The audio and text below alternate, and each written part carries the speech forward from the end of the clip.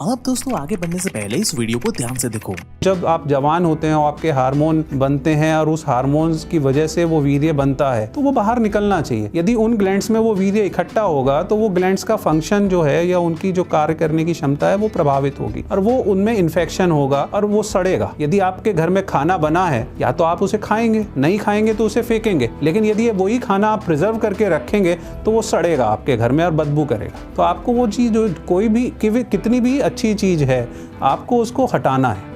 तो वीर्य जो बन रहा है उसको निकलना जरूरी है। तो दोस्तों जैसा कि आपने देखा, इन डॉक्टर भाई साहब का कहना है कि आप जितनी मर्जी चाहे सीमन को बर्बाद करो, इससे आपके शरीर को कोई फर्क नहीं पड़ता। लेकिन वहीं दूसरी तरफ आयुर्वेदा और हमारी प्राचीन सभ्यता के कुछ डॉक्यूमेंट्स हमें सीमन के बारे में कुछ और ही कहानी बताते हैं। जैसे कि इस डॉक्यूमेंट के हिसाब से भगवान शिव खुद ये बताते हैं कि सिंधे विंदु महायत्ने की न सिद्धयति भूतले यस्य प्रसादनम महिमा ममा प्रत्येतर्षो भवेत। अर्थात जिसने अखंड ब्रह्मचर्य को यत्न पूर्वक सिद्ध कर लिया है उसके लिए इस पृथ्वी में कुछ भी हासिल करना दुर्लभ नहीं रह जाता। ऐसा सिद्ध पुरुष मेरे समान ही कार्य करने में समर्थ हो जाता है। ऐसा क्लियरली भगवान शंकर इस डॉक्यूमेंट के हिसाब से बताते हैं। वहीं अगर हम जैन धर्म में देखें तो यहाँ पे भी अब्रह्मचर्य को पाप बताया गया है। वहीं अगर अथर्व वेद की बात करें तो वहाँ पे तो ब्रह्मचर्य को उत्कृष्ट व्रत की संज्ञा दी गई है। व्रतेषु वेवी ब्रह्मचर्यम। तो भाई अब सवाल ये आता है कि आखिर हमें किन की सुननी चाहिए, एक पढ़े लिखे डॉक्टर की या फिर अपने प्राचीन विज्ञान को एक्सप्लेन करने वाले ग्रंथों या पुराणों की। और अगर हम ब्रह्मचर्य का पालन करते हैं तो इससे होगा क्या, और आखिर कितने दिन में हमारी खोई हुई शक्ति की भरपाई होगी, और क्या सच में इन सब बातों का कोई ठोस प्रमाण भी है या बस ये यूं ही हवा में बातें फैलाई जा रही है। तो दोस्तों आपके इन सारे सवालों के जवाब आज हम प्रॉपर रिसर्च पेपर और आयुर्वेदा में लिखे हुए श्लोकों के प्रॉपर एविडेंस के साथ बताने वाले हैं, वो भी बिना कोई फिल्टर के। इसमें कोई भी बात मैं अपने मन से नहीं बताने वाला, बल्कि जो जो बातें वीडियो में बताई जाएगी उन सभी के प्रूफ एंड एविडेंस के लिंक मैंने आपके लिए डिस्क्रिप्शन बॉक्स में दे दी है, जिसे अगर आप चाहो तो वीडियो खत्म होने के बाद खुद से वेरीफाई भी कर सकते हो। लेकिन अभी के लिए मेरे साथ इस वीडियो में अंत तक बने रहे। So hey beautiful people, welcome to Fundoo programming. मैं हूँ आपका दोस्त फंडू बॉय। अब अगर दोस्तों आप अभी ऑनलाइन जाके गूगल या किसी भी सर्च इंजन में ये सर्च करोगे कि according to the science semen retention is good और बैड, तो आपको क्लियर रिजल्ट मिलेगा कि भाई मेडिकल साइंस के पास अभी तक ऐसा कोई भी स्ट्रॉन्ग एविडेंस मौजूद ही नहीं है जो ये बात बता सके कि सीमन रिटेंशन हेल्दी है या नहीं। यही वजह है दोस्त कि डॉक्टर और मेडिकल साइंस सीमन रिटेंशन और ब्रह्मचर्य का समर्थन नहीं करते। इसलिए हमने मेडिकल साइंस को छोड़कर पास ही की लाइब्रेरी में जाकर प्राचीन आयुर्वेदा के ग्रंथों से हमारे रिसर्च करनी शुरू की, और वहाँ पे हमें महर्षि सुश्रुत का लिखा हुआ श्लोक सुश्रुत संहिता में मिला, जो ये कहता है रसातर्वक्तम ततो मासम मसामेन्द्रिय प्रजयते मेदस्य अस्ति ततो मज्जा मज्जाया शुक्र संभवम। अर्थात जो भोजन पचता है उसका पहले रस बनता है, फिर 5 दिन तक उसका पाचन होकर रक्त यानी कि ब्लड बनता है, और 5 दिन बाद रक्त से मांस बनता है, और इसी तरह 5-5 दिन के अंतर में मेद, अस्थि, मज्जा और अंत में शुक्र धातु का निर्माण होता है। और इसी तरह इस सप्त धातु से हमारे पूरे शरीर का निर्माण होता है। आप भाई जिन्हें नहीं पता उन्हें मैं बता दूं कि महर्षि सुश्रुत एक फिजिशियंस थे जिन्होंने भाई आज से तकरीबन 3000 साल पहले प्लास्टिक सर्जरी में महारत हासिल की थी, और उन्हीं की बताई हुई टेक्निक को आज मॉडर्न साइंस इस्तेमाल कर रही है लोगों का इलाज करने के लिए। तो भाई यहाँ पे खुद महर्षि सुश्रुत इस श्लोक के जरिए हमें ये बताते हैं कि जैसे ही आप कुछ खाना खाते हो तो वो खाना सबसे पहले डाइजेस्ट होकर रस में परिवर्तित हो जाता है, जिसे मॉडर्न साइंस प्लाज्मा फ्लूइड कहती है। और जब 5 से 6 दिनों के बाद बॉडी इस रस को डाइजेस्ट कर लेती है तब इस रस से बनता है रक्त यानी कि ब्लड, और इसके बाद इस प्योर ब्लड का इस्तेमाल करके हमारी बॉडी मासा यानी कि मसल बनाती है, जिसके कारण ही हमारी बॉडी का स्ट्रक्चर डिफाइन होता है। फिर इस मसल टिश्यू से बनता है मैदा यानी कि हेल्दी फैट टिश्यू, जो हमारी बॉडी के अंदर एनर्जी स्टोरेज का काम करता है, जिससे कि हमें शक्ति मिलती है। और इसी एनर्जी यानी कि मैदा का इस्तेमाल करके हमारी बॉडी अस्थि यानी कि हड्डियां बनाती है, और जब हमारी बॉडी अस्थि यानी कि बोन टिश्यू क्रिएट कर लेती है तब इन हड्डियों से बनता है बोन मैरो, और आखिर में इस बोन मैरो से बनता है शुक्र धातु, जिसे मॉडर्न साइंस आज के जमाने में सीमन कहती है, जो कि मेल और फीमेल दोनों की बॉडी में होता है। लेकिन मेल की बॉडी में इसे सीमन कहा जाता है, जबकि फीमेल की बॉडी में इसे एग सेल, ओवम या रज के नाम से उसे जानते हैं। तो अब अगर आप इस प्रोसेस को ध्यान से ऑब्जर्व करोगे तो आपको ये पता चलेगा कि शुक्र धातु बाकियों के 6 धातु के सबसे प्योरेस्ट फॉर्म से मिलकर आखिर में बनता है। इसलिए आयुर्वेदा के मुताबिक ये बॉडी का सबसे पवित्र और प्योरेस्ट फॉर्म माना जाता है, क्योंकि इसमें एक नई जिंदगी देने की शक्ति होती है। और भाई मजेदार बात तो ये है कि मॉडर्न साइंस भी आयुर्वेदा की इसी प्रोसेस को बिल्कुल सही मानती है कि हाँ भाई इसी सप्त धातुओं से हमारे पूरे शरीर का निर्माण होता है।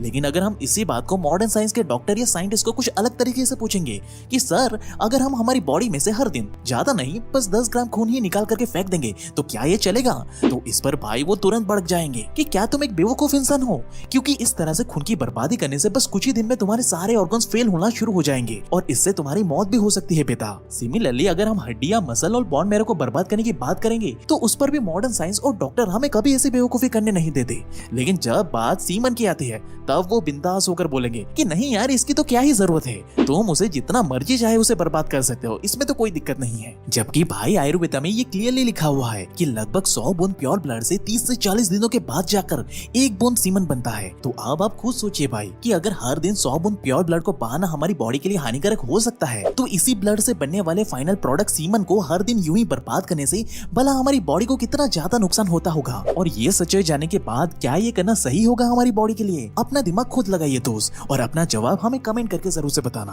अब सच बताऊं तो मैं मॉडर्न साइंस के खिलाफ बिल्कुल नहीं हूँ, क्योंकि मैं खुद साइंस का स्टूडेंट रह चुका हूँ और मेरी मॉम खुद मेडिकल फील्ड में पिछले 20 सालों से काम कर रहे हैं। And to be honest, medical science ने हजारों करोड़ों लोगों की जान बचाई है और ये बहुत ही अच्छी बात है। लेकिन जो बात गलत हो रही है उसे मैं बिना कोई फिल्टर के आपके सामने रख रहा हूँ, इसमें मेरा कोई फायदा नहीं है। अब ये बात मॉडर्न साइंस और डॉक्टर आपको कभी नहीं बताएंगे, क्योंकि कुछ पूंजीवादी लोगों ने सालों से जानबूझकर इस रहस्यमय चीजों को बाहर आने ही नहीं दिया है, क्योंकि इसके पीछे एक बहुत ही बड़ा प्रोपेगेंडा छुपा हुआ है जिसका शिकार हम जैसे लोग हर रोज होते हैं। और आलम ये हो जाता है कि ऐसे फेक इन्फॉर्मेशन के चक्कर में आकर बेचारे अनगिनत बच्चे सीमन को बेफालतू में ही अपने शरीर से बाहर निकलना शुरू कर देते हैं, जो कि एक समय के बाद भयंकर एडिक्शन का रूप ले लेती है। और भाई तब लोगों को ये रियलाइज होता है कि उन्हें जानबूझकर इस माया जाल में फंसाया गया है, और इसी तरह से बड़ी ही चालाकी से लोगों का कीमती टाइम, एफर्ट एंड मनी पूंजीवादी लोगों के जेब में बड़ी ही चालाकी से चला जाता है, जिसका प्रमाण आपको हमारे कमेंट सेक्शन में मिल जाएगा, जहाँ पे आपको अनगिनत लोग अपना ये दर्द भरा एक्सपीरियंस शेयर करते हुए नजर आएंगे। बाकी जो लोग अभी भी कंफ्यूजन में हैं कि आखिर उन्हें किनकी बात सुननी चाहिए, तो उनके लिए जर्नलिज्म में एक बहुत ही पॉपुलर बात कही जाती है कि जब एक साइड के लोग ये कह रहे हो ना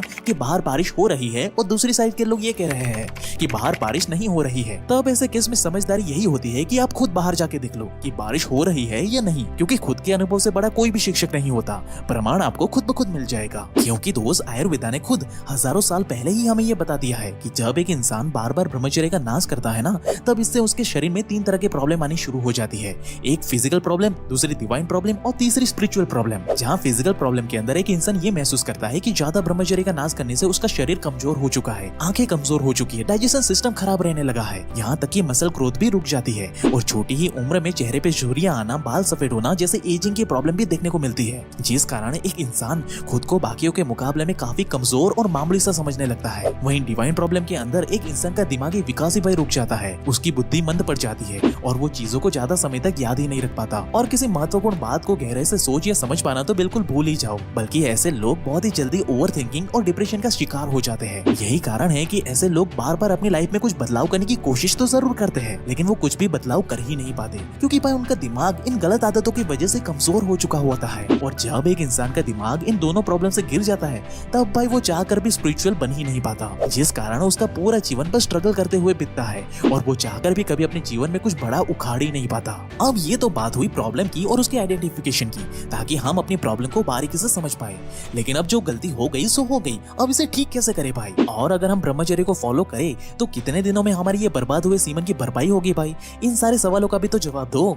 तो दोस्तों, इसे समझने के लिए मेरे पास आपके लिए एक सवाल है। अब मान लो कि आपके पास 3 तरह के कपड़े हैं, एक जो आपने पहन के रखा है वो, दूसरा जो आप अपनी किचन की सफाई के लिए इस्तेमाल करते हो वो, और तीसरा जिसका इस्तेमाल आप अपने घर में पोछा मारने के लिए करते हो। तो अगर मैं आपको इन तीनों कपड़ों को साफ करने के लिए कहूँ तो क्या ये तीनों कपड़े एक ही समय पर एक ही तरीके से साफ हो जाएंगे? अब इस पर कई लोग बोलेंगे कि भाई ये कैसा बेतुका सवाल है, आखिर जो कपड़ा ज्यादा गंदा होगा उसे साफ करने में ज्यादा मेहनत और समय लगेगा ना, और कई बार तो ज्यादा स्ट्रॉन्ग वाले डिटर्जेंट पाउडर की भी हमें जरूरत पड़ेगी, राइट? तो भाई बिल्कुल यही प्रिंसिपल हमारे शरीर पे भी अप्लाई होता है। जब हम लगातार कई दिनों से, कई महीनों से या कई सालों से वीर्य का नाश कर रहे होते हैं ना, तब इससे हमारे शरीर की सातों धातुओं पर नेगेटिव इफेक्ट पड़ता है, जिस कारण जिस बंदे ने कुछ महीनों से वीर्य का नाश किया होता है वो तो बड़ी ही जल्दी से अपने सीमन की भरपाई कर लेगा, लेकिन एक ऐसा इंसान जिसने सालों से अपने शरीर को गंदा करके रखा है, उसे सीमन की भरपाई करने में थोड़ा समय तो लगेगा ना भाई, लेकिन होगा जरूर, ये बात तो पक्की है। अब सच बताऊं तो आयुर्वेदा में कहीं पे कोई फिक्स डे या डेट का कोई भी वर्णन देखने को नहीं मिलता, लेकिन अगर मैं अपने पर्सनल एक्सपीरियंस और कई सारे एक्सपर्ट के ओपिनियन को मिक्स करके बताऊं, तो जब हम केवल 1 महीने के लिए सीमन को अपने बॉडी में रिटेन करके रखते हैं ना, तो उसके बाद से ही धीरे धीरे हमें उसके बेनिफिट देखने को मिल जाते हैं। जैसे कि आप खुद ये महसूस कर पाओगे कि आपके बॉडी के सप्त धातु अब सही से बैलेंस वे में काम करना शुरू कर दिए हैं, जिससे कि अब ऑटोमेटिकली आप फिजिकली और मेंटली स्ट्रॉन्ग महसूस करना स्टार्ट कर दोगे। साथ ही जो पहले हेयर फॉल, स्किन की प्रॉब्लम और डाइजेशन के इश्यू चल रहे थे ना, वो भी अब धीरे धीरे खत्म होते हुए दिखेंगे आपको। साथ ही आपका फोकस और किसी भी चीज को तर्क वितर्क करके समझने की शक्ति और क्रिएटिविटी भी आपको बढ़ती हुई दिखेगी। इसके साथ ही आप अपना कॉन्फिडेंस भी बढ़ता हुआ महसूस कर पाओगे। और जो पहले छोटे मोटे रिस्क लेने से भी डरते थे ना, वो भी अब अपनी लाइफ में रिस्क और बड़े बड़े एक्शन लेने से भी नहीं डरेंगे। और ये बदलाव मेल और फीमेल दोनों में देखने को मिलेंगे। और जितना ज्यादा लंबे समय तक आप इसे फॉलो करते हो ना, उतने ही अलग अलग पावर आपको अपने बॉडी में अनलॉक करते हुए आप महसूस कर पाओगे। आप चाहो तो चेकलिस्ट बना करके खुद की एक्सपीरियंस खुद से नोट कर सकते हो। बाकी आपके मन में और भी सवाल मौजूद है तो वो हमें कमेंट करके ये ईमेल करके बता सकते हो। हम जल्द से जल्द उनके ऊपर वीडियो लेकर आएंगे आपके लिए। लेकिन अगर आप अभी ये जानना चाहते हो कि कैसे कुछ पूंजीवाद लोग चालाकी से हमें अपने मायाजाल में कैसे फंसा रहे हैं, तो इस लेफ्ट वाली वीडियो पे अभी क्लिक करें और ऐसे ही लाइफ चेंजिंग वीडियोस हर हफ्ते देखने के लिए हमारे चैनल को अभी सब्सक्राइब करें। And at last, thank you for watching guys.